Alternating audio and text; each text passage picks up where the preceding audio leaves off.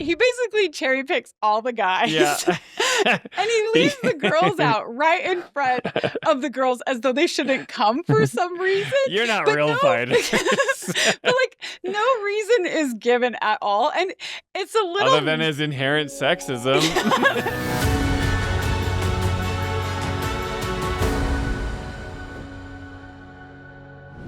When do we leave? But Barret will have nothing of it. He pulls her away against her will, telling her that she's on guard duty, which I'm assuming is because her materia obsession would put their investigation at risk or something. Yeah. And Barret like throws Yuffie at Cisne. Keep an eye on her for us. Like she's a child. Right, Yeah. and she is, she's 16. I guess she's not that much younger than everybody else. But then Barret establishes what the goal is. Let's just get in, take a look, then get out. Nothing more complicated. And then he says something that I find so funny, you guys. I don't remember what he said. He says, figured you, like meaning Cloud. Figured Cloud, you, yeah. Figure you, me, Cait, and Red can do that easy. Which he basically cherry picks all the guys. Yeah. And he leaves the girls out right in front of the girls as though they shouldn't come for some reason. You're not But real no, fighters. But like no reason is given at all. And it's a little Other than his inherent sexism.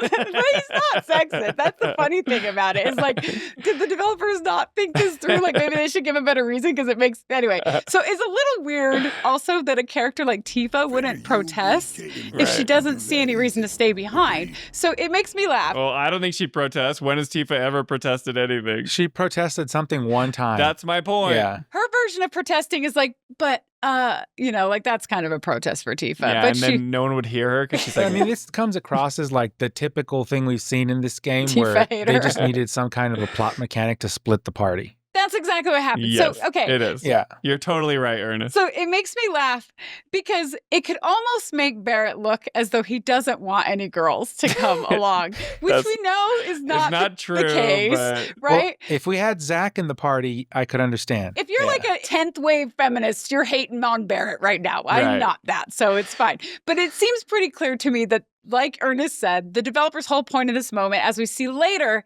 is to force us to play in the two parties, a guy party and a girl party, Yeah. which also gives the ladies a little girl power moment when they can come to the rescue, Why not take us on?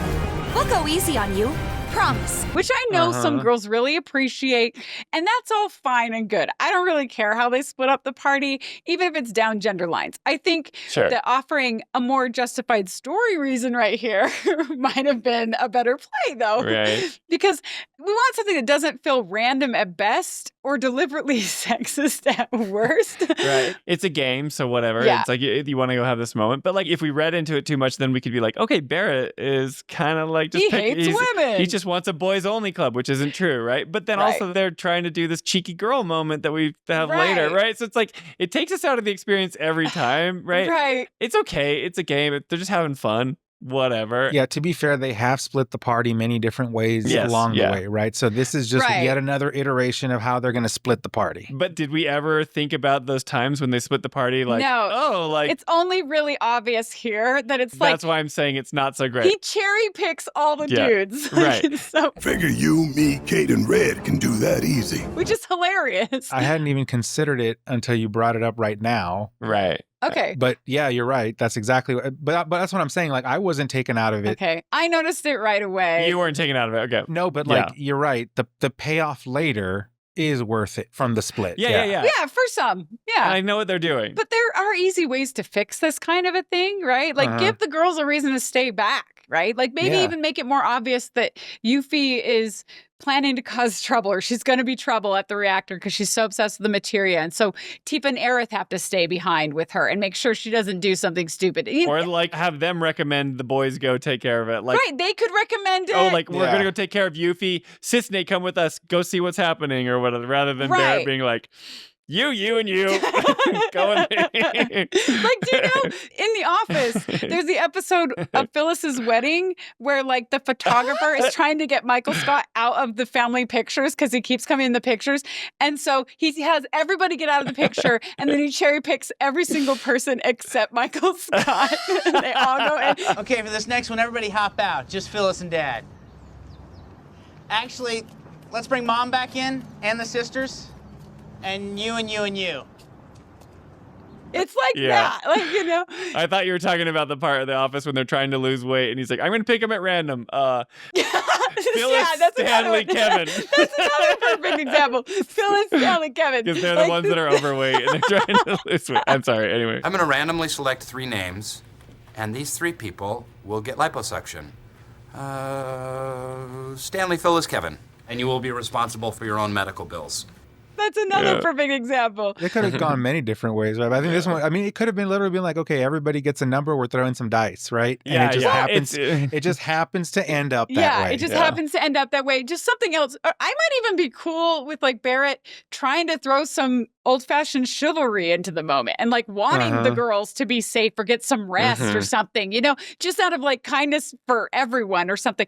You know, I'm sure some girls would hate that idea too, but I don't know. Again, it's not a big deal at all. I don't think Barret, I don't think the developers are sexist. None of them. They were just trying to make it go. Like, well, this is a quick way to move the line. But it was just, the moment is so like, wait. Yeah, that's hilarious. And then it made me laugh out loud. Yeah, it was basically like a dodgeball scene. It's like you're picking who's going to be on your team, and you're like, okay, well, I got all the good ones. We're running. Yeah. And we're leaving y'all behind. Joke's on you. Y'all were the team that got whooped. Yeah. And after Yuffie yells at Scarlet, Tifa suggests Scarlet fight all 3 of them. Why not take us on? We'll go easy on you. Promise. And then the girls strike a sort of like girl power pose. Yep. And this is the moment that I was referring to. It was like a Powerpuff Girl thing. This is what they were setting up. Yeah. This is what they wanted, was the reason for splitting the party down gender lines. And it's a bit cliche, but you know, okay, fine, whatever. I enjoyed it. It's the same thing that happened in Avengers Endgame when it's like all the women line up. Yeah, and it's like, we're going to fight you. That's way worse. Don't worry. She's got help. That's worse than this. I agree. That is so cliche and ridiculous. I hated that part. I enjoyed it, but I think the best way I ever saw this done, like in cinema even, was when in Lord of the Rings it stabs the dark in the face. I'm no man. No man can kill me. I am no man.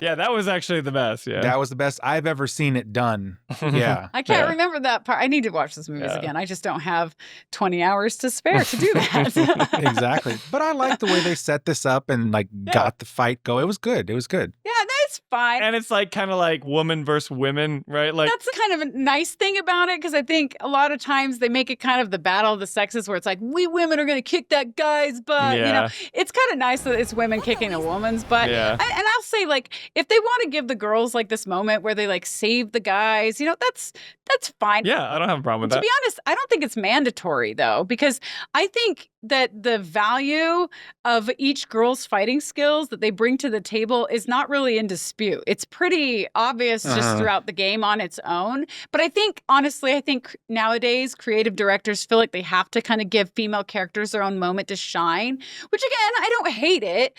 I don't love it either. I just, it's fine. It's fine. There's like a coolness factor, embracing like the cheesiness factor of this pose moment though. So it's like I go back and forth, but it consciously drew my attention without making me hate or love it.